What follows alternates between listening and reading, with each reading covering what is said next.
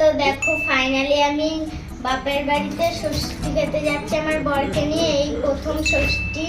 তো কেস করেছে ভাই, বনু ভাই কি বাপের বাড়ি যাচ্ছে নাকি? খিচুড়ি স্কুল যাওয়ার বয়সে সে বাপের বাড়ি যাচ্ছে। আর এই সময় তো ওরা মেয়েরা দেখি ছেলেদের সাথে কথা বলতো না, আবার ছেলেরা আবার মেয়েদের সাথে কথা বলতো না, এই ঝামেলা চলতো। এই বলে কি বাপের বাড়ি যাচ্ছি, এর বর কই ভাই? তারপর বনুর আর কয়েকটা ভিডিও দেখার পর যেটা আমি বুঝলাম যে এগুলো কোনো বর ঠর না গো, এটা তার মা বাবার একটা পরিকল্পনা, যে ফেমাস করানোর জন্য একটা পরিকল্পনা চলছে। কোনো সময় টিপ পরিয়ে দিস, সিঁদুর পরিয়ে সব সময় ঘুরিয়ে বেড়াচ্ছে, নাচ করছে, ভিডিও করছে।